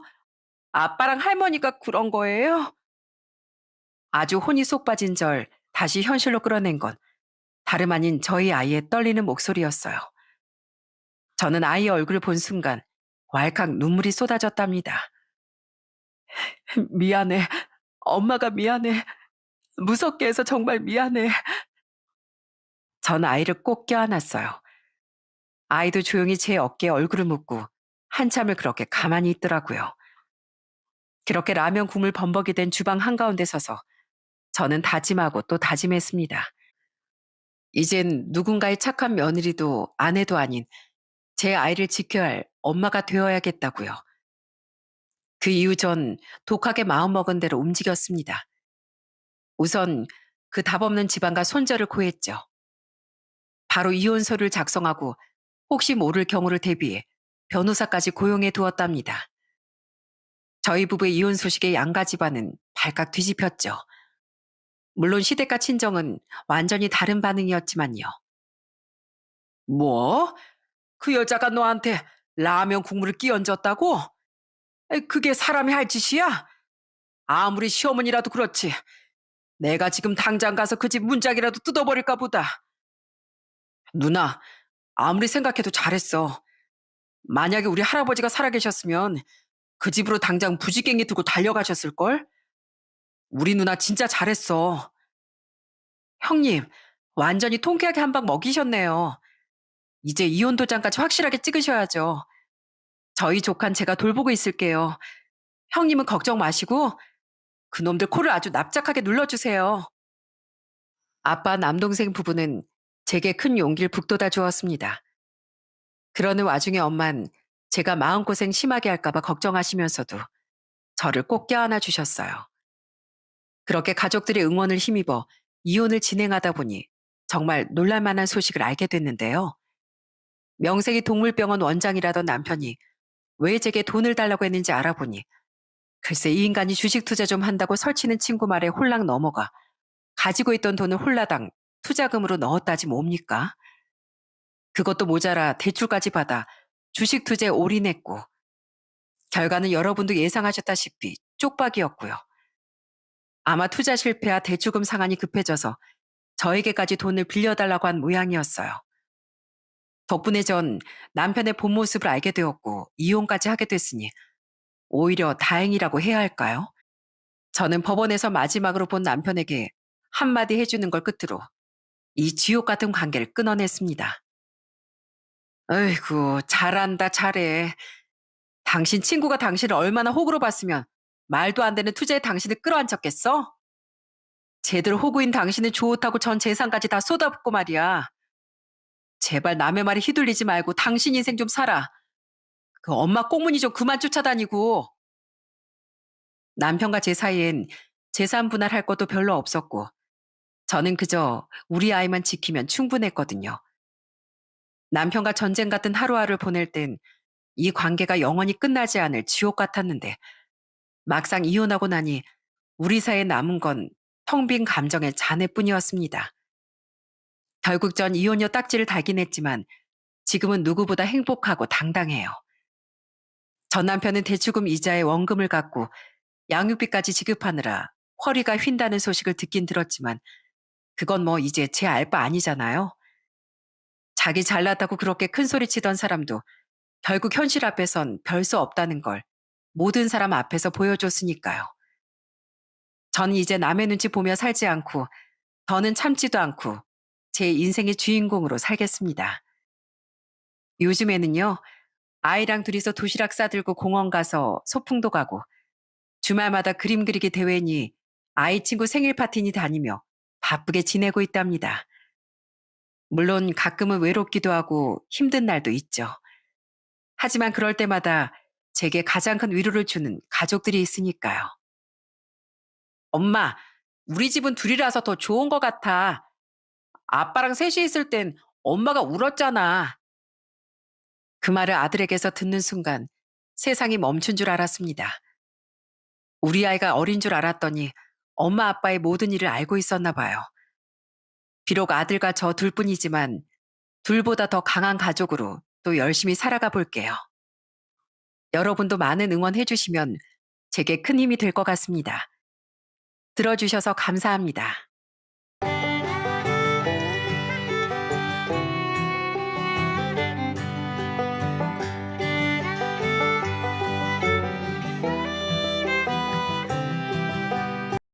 안녕하세요. 삶의 큰 위기를 맞이했었던 40대 여자입니다. 누구나 살면서 크고 작은 위기를 겪곤 하듯 제게도 인생의 큰 고비가 찾아왔었어요. 그것도 하나도 아닌 두 개의 불행이 동시에 들이닥쳤었죠. 당시엔 너무 힘들었지만 나중에 생각해보니 그건 제 인생의 큰 전화위복이 되었던 것 같습니다. 누가 진짜 내 사람이고 가족인지 깨닫고 그 가운데 끼어있던 불순물을 냉정히 걸러낼 수 있었거든요. 비록 저와 같은 위긴 겪지 않으시더라도 여러분께서도 누가 진짜 내 가족인지 잘 살펴보시길 바라며 지금부터 제 이야기를 시작해 볼게요. 저는 30대 중반에 학원 강사로 일하던 남편과 결혼했어요.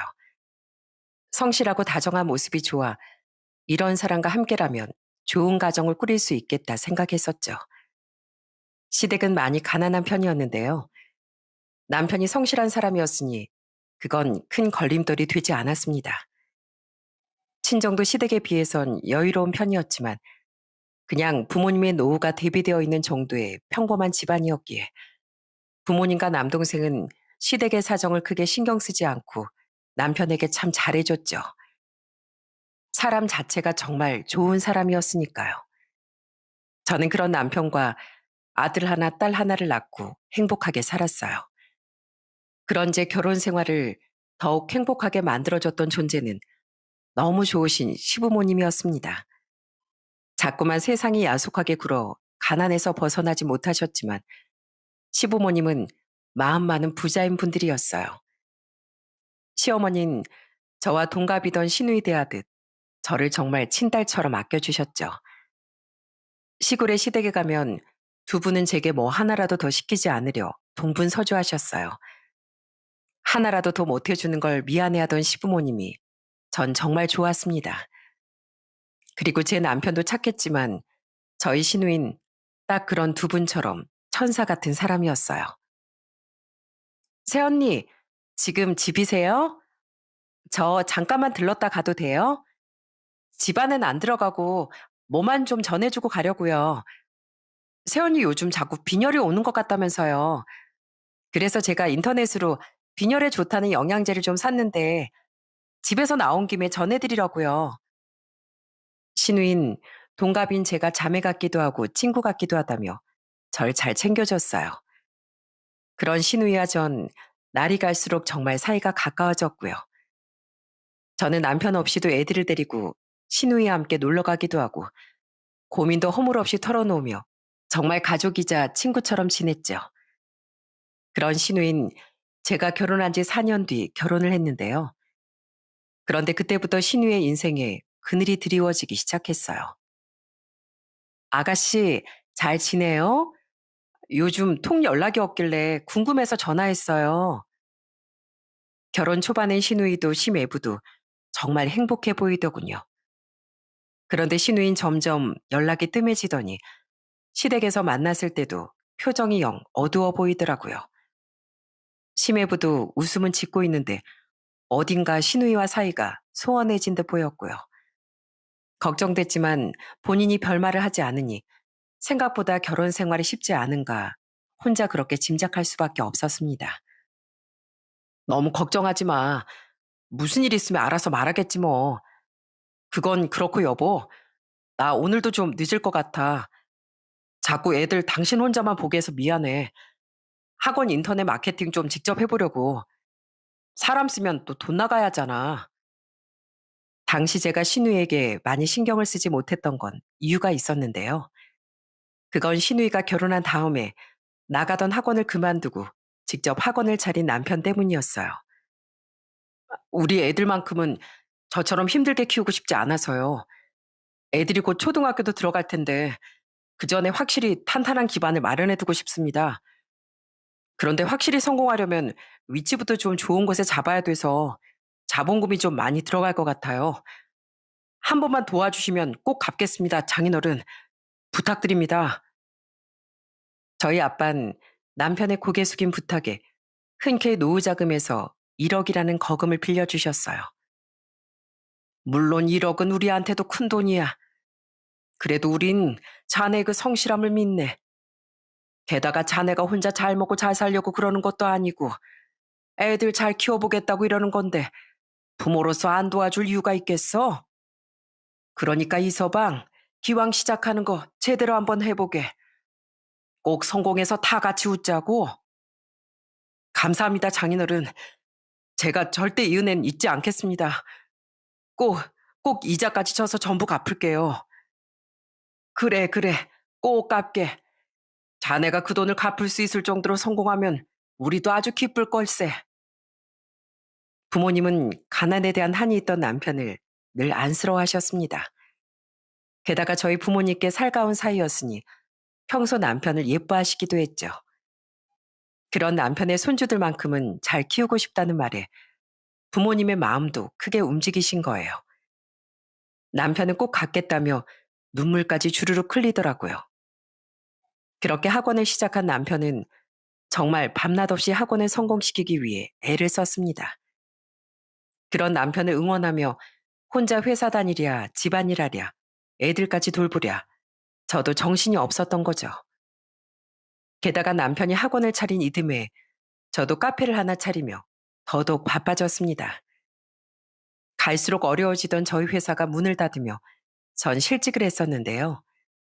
아는 언니가 남편분의 건강 문제로 귀농을 결심하며 제게 자신이 하던 카페를 저렴한 권리금만 받고 넘겨주겠다는 제안을 해주더라고요. 여기가 중심 상권은 아니어도 나름대로 오피스랑 주거 지역이 겹쳐 있어서 매출이 괜찮아. 너 이거 완전 거저 얻는 거다. 권리금도 여기 있는 장비들 헐값에 넘겨주는 거라고 생각하면 완전 공짜나 다름없는 거야. 내가 주선이 너니까 싸게 넘기는 거야. 어?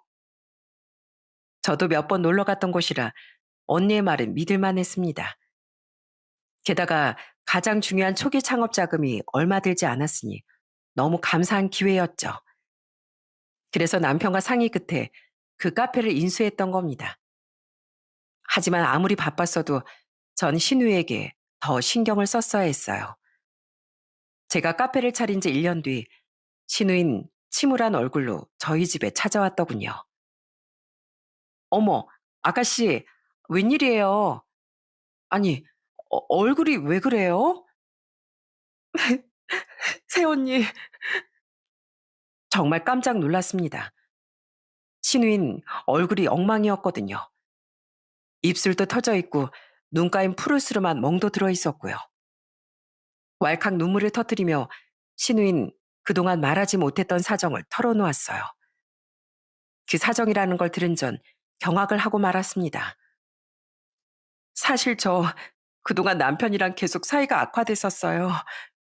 새언니랑 오빤 바빠 보이고 부모님은 걱정하실까봐 차마 가족들한테 말을 못했지만요. 왜, 대체 뭐가 문제였는데요? 남편이 알고 보니까 결혼 전부터 몇 천이나 되는 빚이 있었더라고요. 저는 몰랐었는데 알고 보니까 주식에 미쳐있던 사람이었던 거예요. 처음 저한테 걸렸을 땐 다시는 안 하겠다고, 제가 헤어지자고 할까봐 미리 말을 못했다고 싹싹 빌더라고요. 그래서 두 눈 딱 감고 살던 전셋집을 우선 월세로 돌려서 빚을 갚아줬거든요.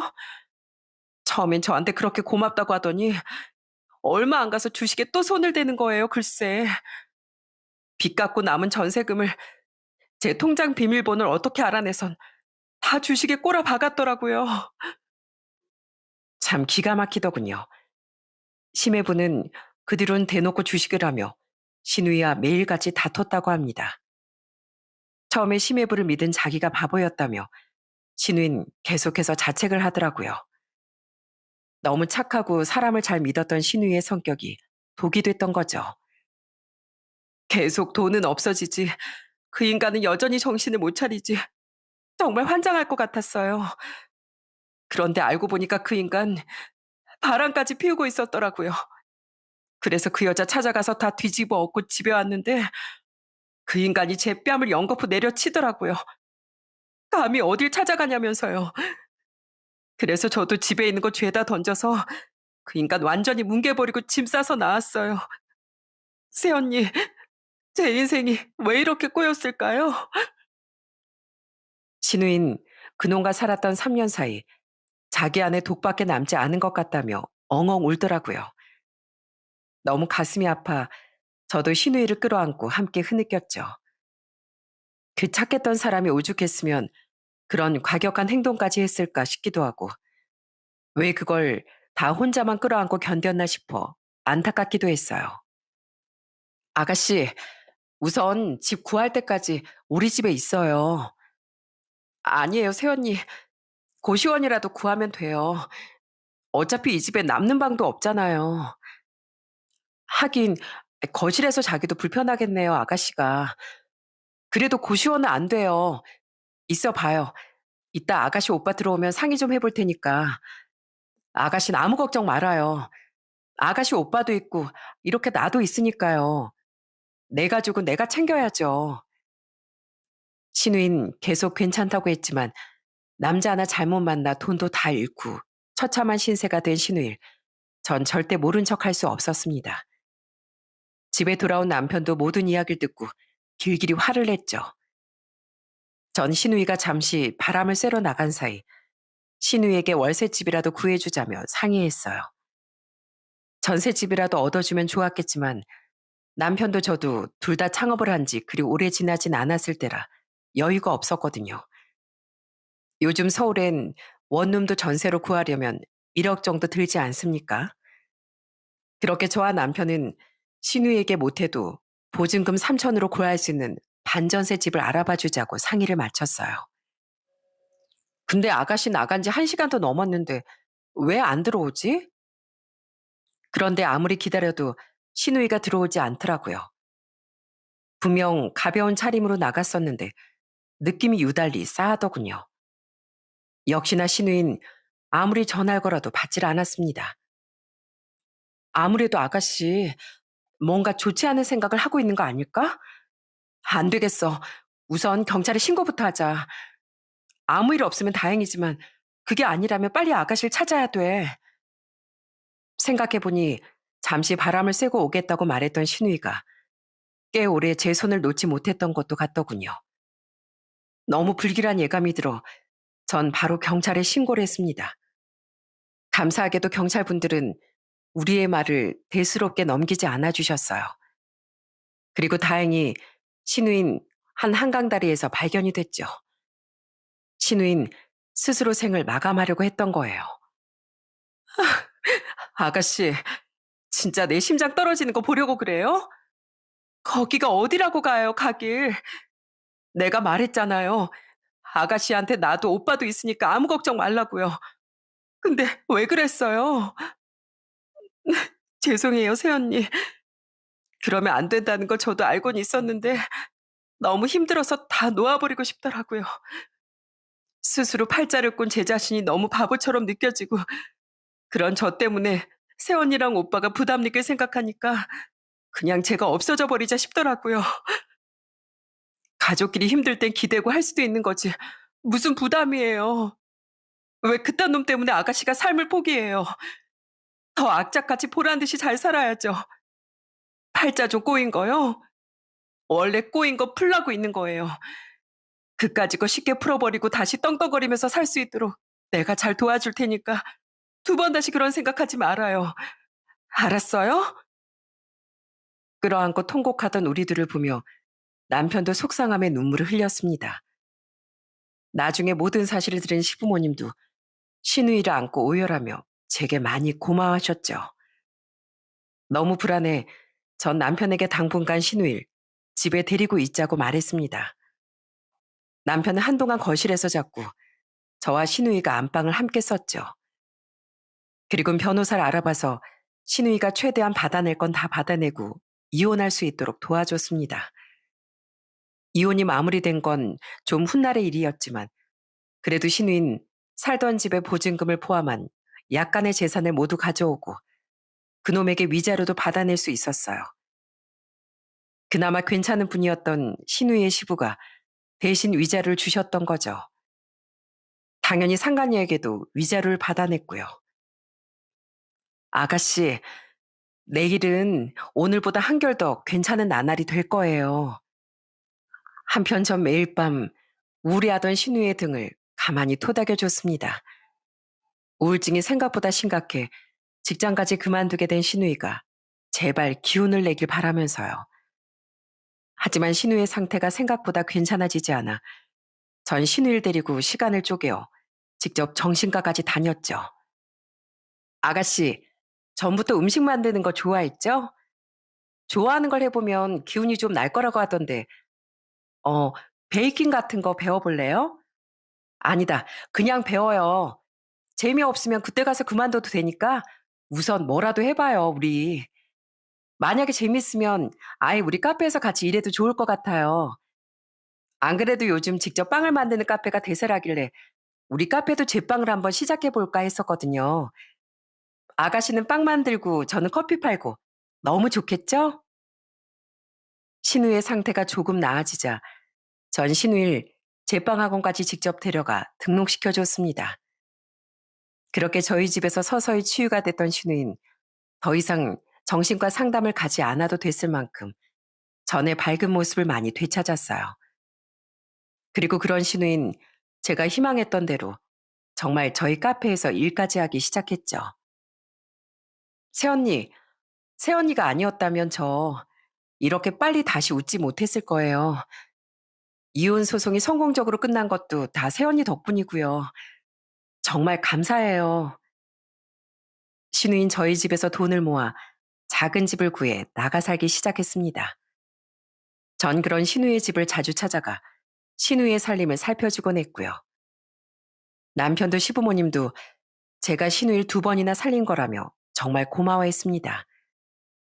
그렇게 신우이도 점점 안정을 찾고 제 카페도 전보다 매출이 많이 올랐어요.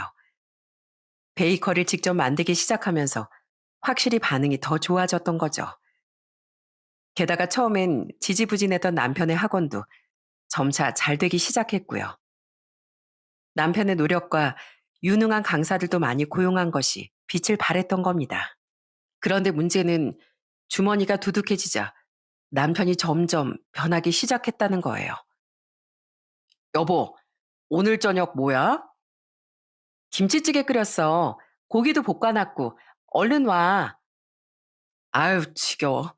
돈도 많이 버는데 맨날 궁상맞게 찌개 볶음밥. 나 그냥 밖에서 스테이크 먹고 들어갈게. 돈이 생기면 사람도 변한다더니 그 착한 남편에게도 해당되는 이야기였나 봅니다. 저는 변한 것이 없었는데 남편은 평범하게 근검절약하던 절 궁상 맞다고 표현하더라고요. 남편은 허구한 날 혼자서 비싼 음식만 골라 외식을 하고 들어왔어요. 가족끼리 다 같이 할 때도 있었지만 애들하고 같이 있으면 술 마시기 불편하다며 남편은 주로 혼자 혹은 지인들과 만나 외식하길 좋아했죠. 옷과 시계, 신발 모두가 명품으로 바뀐 건 말할 것도 없었고 어느 날엔 말도 없이 차까지 외제차로 바꿔왔더라고요. 뭐 그래요. 돈 많이 벌었으면 그럴 수도 있겠죠. 하지만 아직 남편은 그 정도까지 성공한 것도 아니었고 그저 성공으로 향하고 있을 뿐이었어요. 그런데도 남편은 이렇게 허세를 좀 부려줘야 잘 나가는 학원인 줄 알고 사람들이 더 많이 찾아오는 법이라며 사치를 멈추질 않더라고요. 그렇게 버는 것보다 좀 무리를 했으니 다른 가족들 챙길 여유가 있었겠습니까? 남편의 사치는 딱 자기 자신에게만 한정이었을 뿐 양가나 저 아이들에겐 지갑을 잘 열고 싶지도 않아 했죠. 난 고사하고 애들이랑 양가 부모님껜 그러면 안 되는 거 아니야? 아니, 우리 부모님 덕에 학원도 차릴 수 있었던 거잖아. 그리고 당신 애들 잘 키우고 싶어서 학원 차리고 싶다고 했었잖아. 근데 이게 애들을 위한 거야? 그냥 당신 배만 불리려고 했던 거지. 지금보다 더 잘 되면 아이, 당연히 나도 가족들 챙기겠지. 내가 말했잖아. 이건 겉으로 더 잘나게 보이게 하기 위한 투자라고. 그리고 솔직히 장인 장모님이 도와주신 건 맞지만 피나게 노력해서 성공시킨 건 나잖아. 그럼 이 정도 보상은 좀 받아도 되는 거 아니야? 가장 화가 났던 건 남편이 저희 부모님께 돈을 갚을 생각도 없어 보였다는 겁니다. 사람이 양심이 있으면 빌린 돈부터 갚아야 하는 거 아닌가요? 제가 양심 좀 챙기라고 그렇게 닥달해도 남편은 당장 융통할 현금이 없다. 조금씩이 아니라 한 번에 다 모아서 갚으려고 그러는 거다. 하는 말로 차일필 미루기만 하더라고요. 정말 너무 실망스러웠어요. 화장실 들어갈 때 다르고 나올 때 다르다더니 이 사람이 이렇게 볼품없는 사람이었나 싶었죠. 그렇게 남편과 점점 사이가 멀어지던 어느 날, 제 인생의 날벼락 하나가 쿵 하고 떨어지더군요. 당시 전 점점 계단 몇 개 오르내리는 것도 힘들 정도로 건강이 좋지 않아지는 걸 느꼈었어요.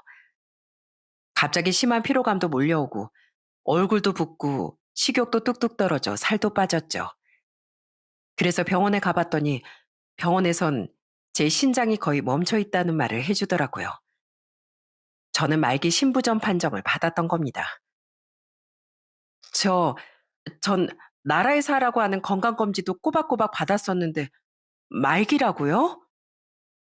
정기검진만으론 이 정도의 만성 신부전은 조기에 발견되기 어렵습니다.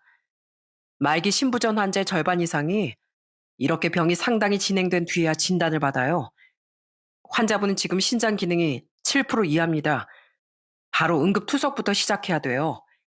그리고 오늘 바로 입원하셔야 합니다.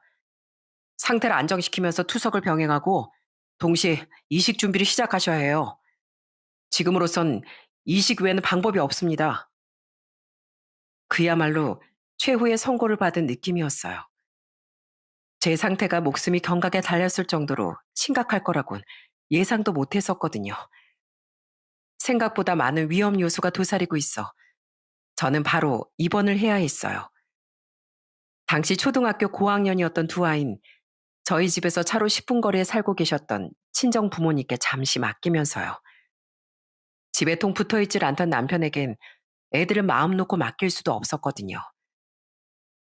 이게 무슨 일이냐? 세상에 이런 날벼락이 어디 있어? 마냥 손 놓고 기증자 나타나기 기다렸다가 큰일 나기 십상이라던데 이걸 어쩌면 좋으니. 우린 고령에다 질환도 있어서 공여자론 적합하지 않다더구나. 친정 식구들은 울고불고 난리가 났습니다. 고맙게도 남동생은 제게 신장을 주겠다고 말했는데요. 동생은 결국 부적합 판정을 받았어요. 동생도 질환이 몇 개 있었던 거죠. 당시 전 신장 이식이 아니면 목숨이 위험한 상황이었기에 동생이 부적합 판정을 받자 완전히 초상집 분위기가 되더라고요. 제가 걱정돼서 그 시골에서 서울의 병원까지 오셨던 시부모님까지 한탄하면서 눈물을 흘리셨습니다. 그런데 왜 경대위엔 병원에 코빼기도 안 보여? 지 마누라가 아픈데도 걔 너한테 신장 주겠다는 소리 안 하디? 노하신 시부모님의 말씀에 전 씁쓸한 표정을 지을 수밖에 없었어요. 남편은 제가 말기 신부전이란 사실을 알렸을 때도 걱정은커녕 눈 하나 깜짝하지 않고 그 뒤에도 병원엔 잘 오지도 않던 사람이었거든요. 제가 자기 신장을 달라고 조르기라도 할까봐 그런 것 같았죠. 설마 이제 인생 피기 시작한 나한테 신장 떼어달라고 할 생각은 아니지? 아무리 요즘 의료기술이 좋아졌어도 사람 일 어떻게 될지 아무도 모르는 법인데 난 절대 안 돼. 솔직히 우리가 막 죽고 못 살 정도로 절절한 사이도 요즘 아니잖아. 당신한테 미안하지만 난 내 건강이 제일 중요해. 정말 기가 막혔습니다. 신장이야 주지 않을 수도 있다지만 아니 어떻게 저런 냉정한 말을 한답니까? 정말 정이 뚝 떨어지고 서럽기도 너무 서러웠죠. 제게 그 이야기를 듣고 신우인 바로 남편에게 전화를 걸어 쌍욕을 퍼붓더라고요. 그 순한 사람이 말입니다. 그런 신우인 며칠 뒤 제게 와서 아주 충격적인 말까지 해줬어요. 새언니, 진짜 기가 막혀서. 오빠요, 이경대 그 인간 요즘 글쎄 뭐하고 다니는지 알아요? 애들은 자기 처가에 맡겨놓고 언니는 입원시켜놓고서요.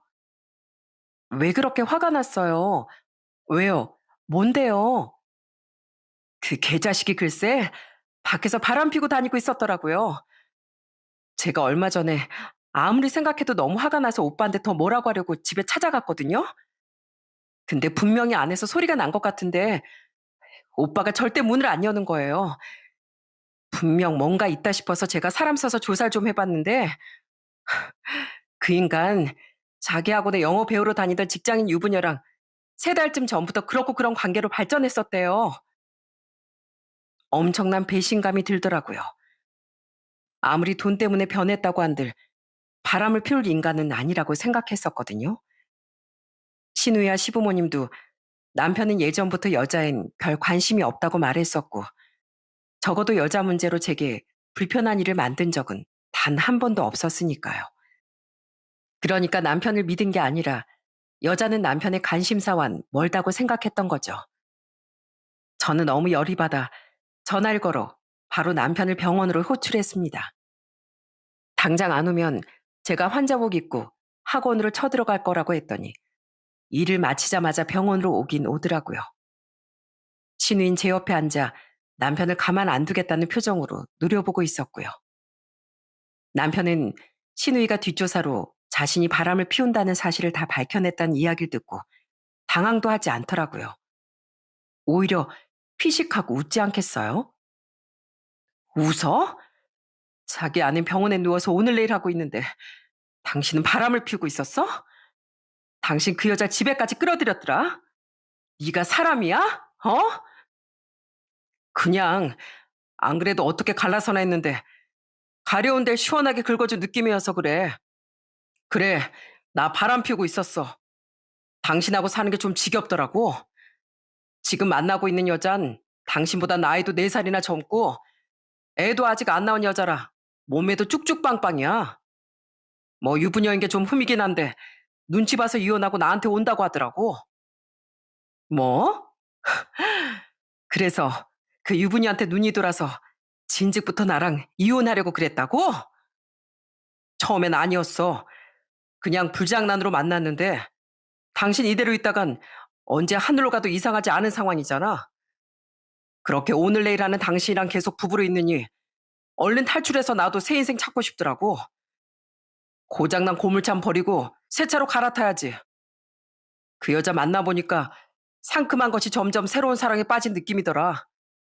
당신 살아있을 때 이혼해야 애들도 처가에 떠맡기기 편하니까 언제 말해야 하나 계속 타이밍만 보고 있었어. 근데 마침 윤희재가 내 입으로 말하는 수고를 덜어줬네. 남편은 비열한 표정으로 오늘 저 세상으로 갈지 몇 년 뒤에 갈지 아무도 모를 제 옆에 붙어 있느라 시간 낭비하고 싶지 않다는 말을 하더라고요.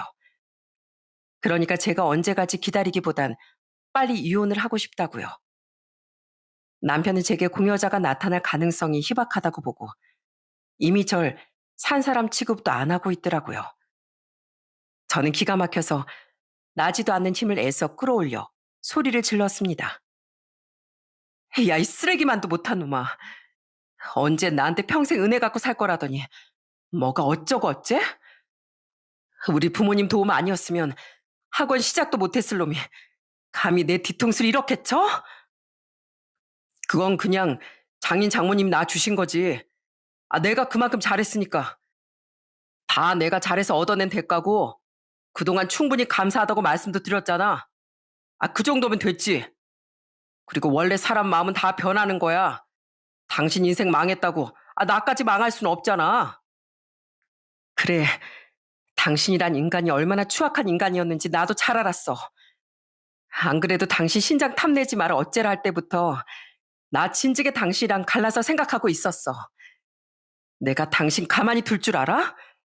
그 여자 직장에도 집에도 다 폭로하고 당신이 한 짓 인터넷에도 다 까발려 버릴 거야. 수강생이랑 바람 피우는 원장 있는 학원 아무도 가지 말라고. 당신 말대로 언제 갈지 모르는 목숨인데 내가 지금 뭐가 무섭겠어? 에이, 그러지 마. 그 여자야 뭐 당신이 알려서 회사 잘리고 이혼당하면 내가 책임지면 되지. 나 돈 잘 벌잖아. 근데 내 학원까지 망하게 되면 애들은 어떡할 건데? 물론 애들을 내가 데려가진 않겠지만 그래도 따박따박 장인 장모님께 애들 양육비 들어가게 하려면 내가 망하면 안 되는 거잖아. 당신도 애들 옆에 없을 텐데 내가 그런 생각도 없이 당신한테 이렇게 세게 나왔겠어? 그러니까 괜히 아픈 몸으로 헛수고하지 말고 조용히 이혼만 해줘. 애들을 생각해서라도. 알았지? 위자료 내가 줄 테니까. 이혼? 이혼은 당연히 할 거야. 하지만 나도 절대 호락호락하겐 못 해주지. 당신은 내가 이미 끝장났다고 생각하나 본데? 아니, 난 당신 때문에 억울해서라도 이대로 절대 눈 못 감아. 어떻게든 기증자 나타날 때까지 악자까지 살아남을 거라고. 그렇게 내가 살아남으면 당신 인생은 종칠 줄 알아. 알았어? 그 뻔뻔한 면상을 납작하게 짓뭉개 줄 테니까 각오해. 저는 그 비열하게 짝이 없는 놈에게 경고를 알렸습니다. 어떻게든 살아남아 저 인간 코를 납작하게 해줘야겠다는 각오를 다지면서요. 그리고 제 말이 끝나길 인내심 있게 기다렸던 신우인. 우리의 대화가 끝나자마자 바로 일어나 그놈 뺨따구를 마구 날려버리더라고요. 넌 앞으로 내 가족도 아니야. 너 같은 놈은 우리 집안의 수치야, 이 쓰레기야. 넌 세연이가 못하면 내 손으로도 아주 인생 망하게 해줄 거야. 알았어? 아주 전부터 둘이 환상의 짝꿍이지? 그래, 어디 그래 봐라. 나한테 너 없어도 부모님이 있거든? 아무리 날 괘씸해 하셔도 평생 가난하게 사신 두 분이 돈 잘 버는 날 택하시겠지. 설마 널 택하시겠냐? 남편은 뺨을 문지르며 신우이를 한번 쏘아보고 나가버렸습니다. 너무 분하긴 했는데요. 눈물은 나오지 않더라고요. 이미 제가 입원할 때부터 이혼할 생각을 하고 있었기에 그런 것 같았죠. 그리고 신우에게 모든 이야기를 들은 시부모님은 바로 서울로 올라와 남편을 찾아가서 응징을 해주셨다더군요. 두 분은 제게 달려와 그놈 대신 흐느끼며 사과를 해주셨죠.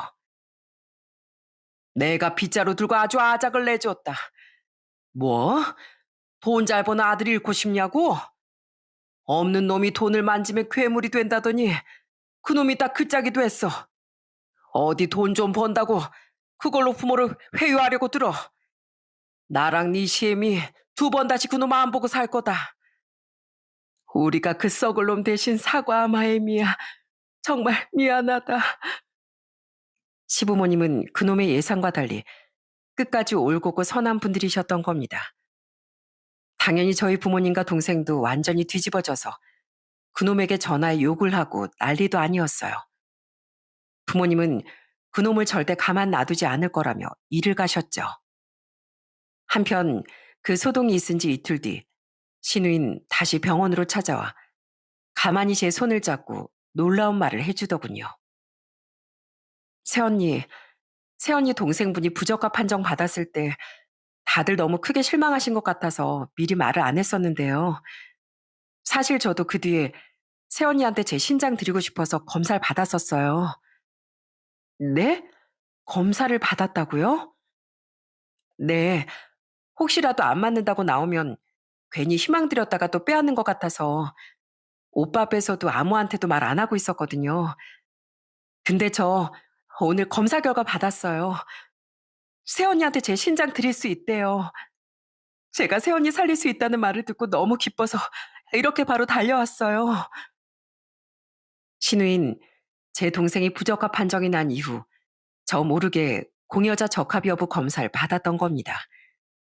그리곤 자신이 절 살릴 수 있게 됐다며 제 손을 잡고 흐느끼는데 이루 말할 수 없는 고마움과 갈등이 밀려오더라고요.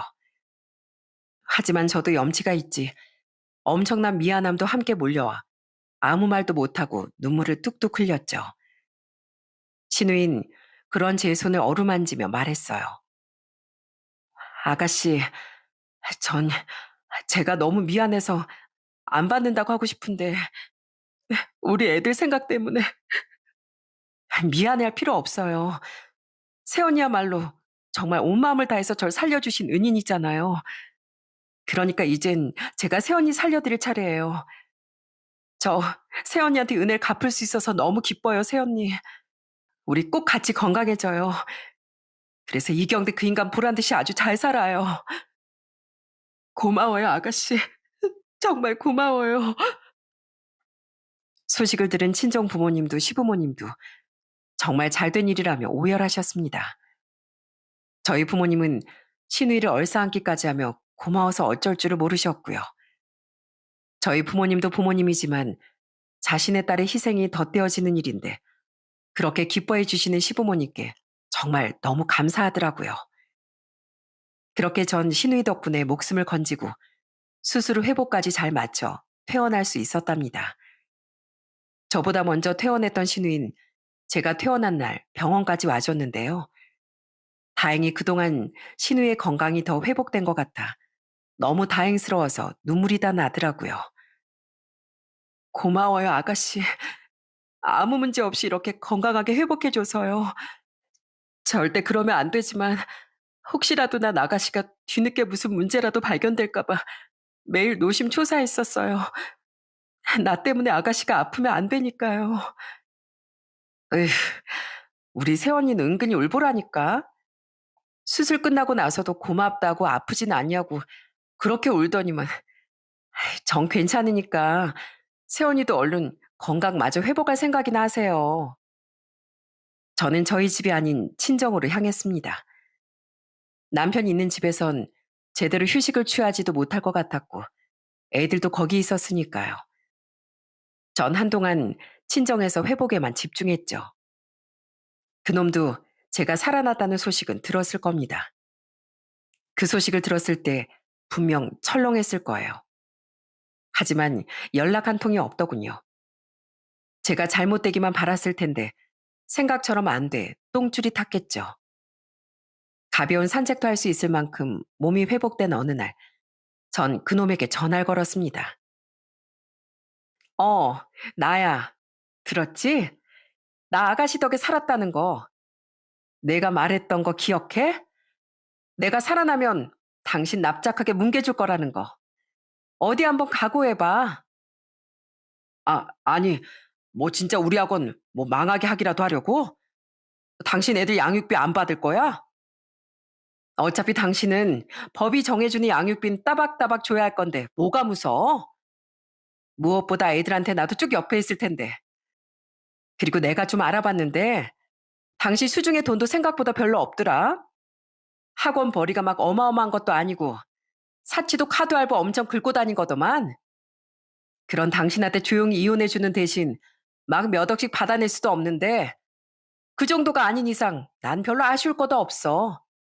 솔직히 애들은 내가 벌어서 키우면 그만인데 당신이 잘 먹고 잘 사는 꼴은 절대 못 보지. 그리고 우리 아빠가 당신한테 빌려준 돈 무조건 받아낼 거라고 따로 소송도 거신다더라. 소송? 아니, 그냥 주신 걸 가지고 무슨 소송이야? 우리 아빠는 분명 갚으라고 하셨는데 어디서 자꾸 그냥 주셨대? 당신이 이자까지 쳐서 꼭 갚겠다고 우리 아빠한테 문자 몇 번이나 보냈었지? 그거랑 아빠가 당신 통장으로 돈 보내주셨을 때 기록도 다 남아있어. 어디서 도둑놈이 날로 먹으려고. 그러니까 쫄딱 망하고 우리 아빠 돈도 이자 쳐서 갚을 준비 단단히 해라. 어? 아니, 여보. 나 진짜 학원 망하면 그 양육비마저도 못 받을 수도 있어. 또 망하면 장인어른 돈 어떻게 갚으라고? 양육비를 못 받는 것보다 너 떵떵거리고 사는 게 더 꼴보기 싫으니까 잔머리 쓸 생각 하지도 마. 그리고 우리 아빠 돈? 그걸 왜 못 받아? 재산 분할할 때라도 그만큼 더 받아내면 그만이지. 난 할 말 다 했으니까 끊는다. 이 쓰레기야.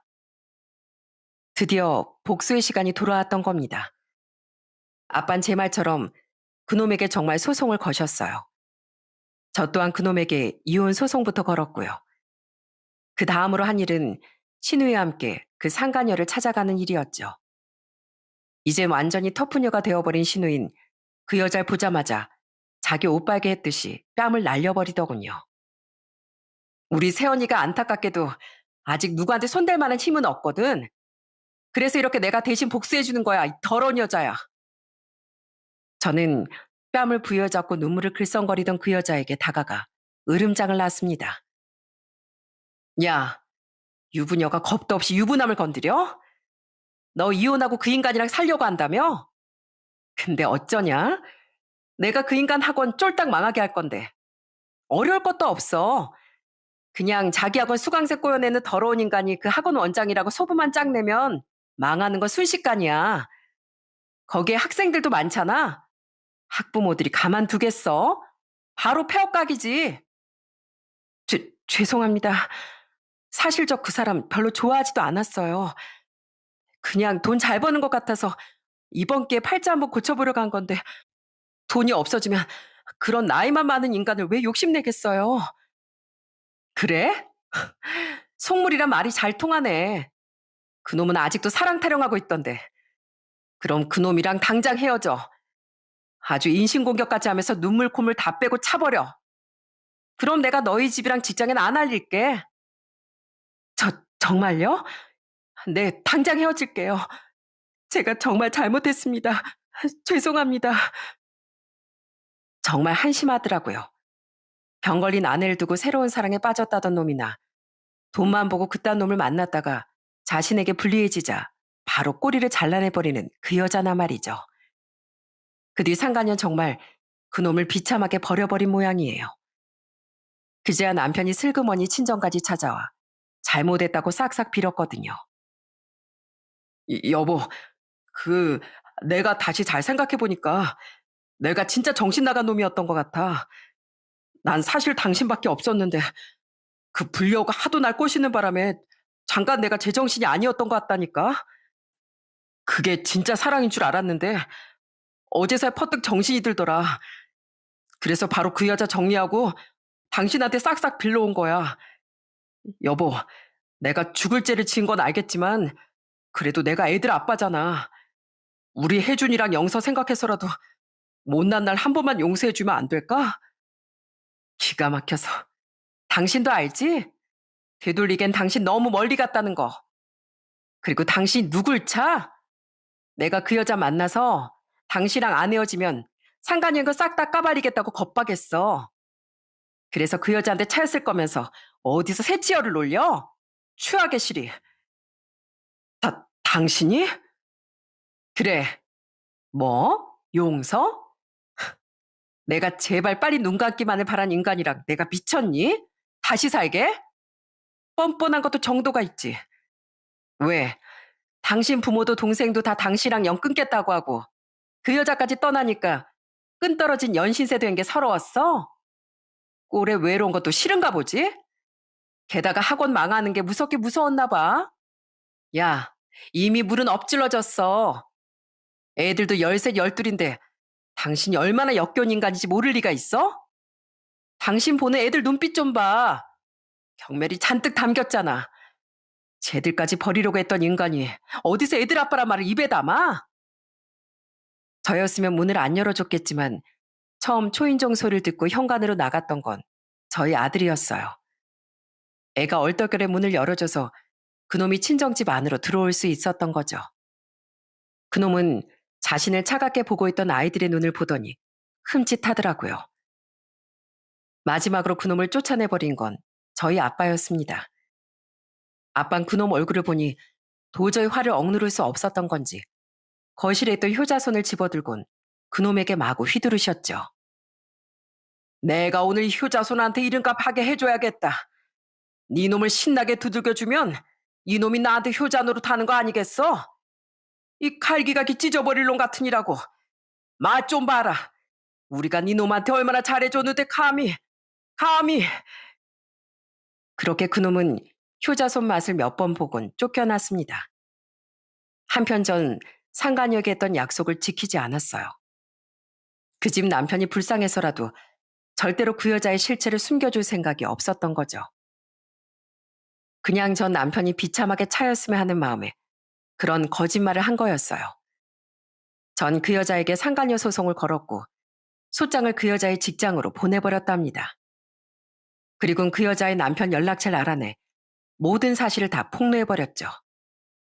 당연히 그 집도 저희 집처럼 풍비박산이 났고 나중에 그 집 남편이 고맙다고 연락하며 말해주길 그 남잔 상간녀의 직장에도 직접 찾아가 이런 여잔 잘라달라고 아주 난리를 쳤다고 하더라고요. 그 뒤 진짜로 잘렸는지 아닌지 모르겠지만 아무튼 전 그렇게 그 여자의 인생에 큰 회방을 놓았습니다. 억울했는지 그 여잔 제게 전화를 걸어 난리를 치려고 했는데요. 저는 전화를 받지도 않고 바로 차단을 해버렸죠. 대화를 섞을 가치도 없는 인간이었으니까요. 한편 남편은 저희 아빠의 돈만은 끝까지 갚지 않으려 애를 쓰더라고요. 하지만 결국 법은 저의 손을 들어줬습니다. 저는 재산 분할할 때 아빠가 소송을 걸어서 받아내려고 했던 그놈에게 빌려준 돈과 그 원금의 돈을 빌렸던 6년간의 이자까지 다 쳐서 싹 다 받아낼 수 있었어요. 남편은 끝까지 저희 아빠가 그냥 주신 돈이라고 우겼지만 시부모님까지 나서서 증인을 해주신 게 큰 도움이 됐죠. 게다가 제게 위자료도 지급해야 했고 아이들 양육비까지 줘야 했기에 사실상 남편이 재산 분할로 가져갈 수 있는 돈은 거의 없었습니다. 저는 아이들이 양육비를 끈질긴 투쟁 끝에 일시불로 받아내는데 성공했거든요. 감사해요, 어머님, 아버님. 애들 아빠가 아닌 제 편에서 증언해 주신다는 게 쉬운 일이 아니셨을 텐데요. 아니야. 우리가 먼저 한다고 말한 일이잖니.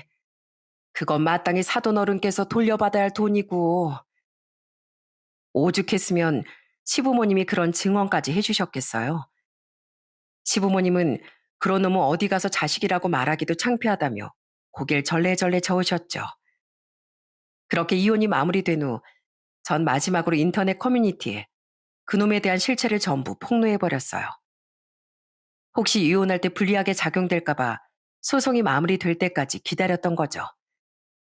저는 법에 걸리지 않게끔 교묘하게 남편의 학원이 어딘지도 다 까발렸습니다. 원래 자극적인 소문은 더 빨리 퍼지는 법이었기에 제 글은 삽시간에 이곳저곳 퍼져갔어요. 그렇게 지금은 이혼한 지도 시간이 조금 흘렀는데요. 전 남편의 학원은 폐업을 했다고 합니다. 소문이 부풀려져 상습적으로 원장이 수강생을 꼬신다는 소문이 나서 점점 망하다 폐업의 길을 걷게 됐다고 하더라고요. 지금은 어디 한적한 지방에서 학원 강사로 일하고 있다고 하는데 아마 얼마 못 가 거기도 잘릴 거라고 생각해요. 맨날 술만 퍼마시며 폐인이 되어 있다고 들었으니까요. 그런 사람이 학생을 가르치면 얼마나 잘 가르치겠습니까? 그 인간 같지도 않은 놈의 초라한 근황을 듣고 정말 통쾌하다고 생각했어요. 한때는 제 남편이었던 사람이었다고 한들 제가 생사의 고비를 넘기는 동안 절 버려버렸던 그 인간에 대한 동정심은 조금도 남아있지 않았으니까요. 어머님, 잘 지내시죠?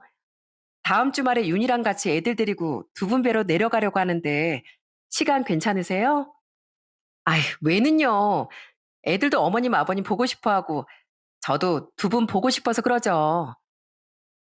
시댁 식구들은 모두 여전히 전 남편과 인연을 끊고 살고 있습니다. 하지만 전 시댁 식구들과 계속 인연을 이어가고 있어요. 자식을 끊어내고 며느리 편을 들어준 시부모님도 절 살려준 시누이도 보지 않고 살기엔 모두 너무 소중한 사람들이었으니까요. 시부모님은 통화를 하거나 직접 만날 때마다 그런 제게 많이 고마워하시더군요. 저와 시누이는 지금 아주 건강한 상태입니다. 이혼한 마당에 아가씨, 세연이라고 부르는 것도 웃긴 것 같아 지금 우린 서로 이름을 부르며 그냥 친구처럼 지내고 있어요. 우린 지금까지도 함께 카페를 운영하고 있는데요. 얼마 전 시누인 뜬금없이 제게 고맙다는 말을 하더라고요. 갑자기? 그냥 문득 다 고맙다는 마음이 들어서 내가 항상 너한테 고마워하고 있는 거 알지? 치, 아이, 내가 더 고맙지. 내 목숨도 살려주고, 나 대신해서 나 상처 준 사람들 다 응징도 해주고, 우리 가족으로서 친구로서 이 우정 평생 변치 말자.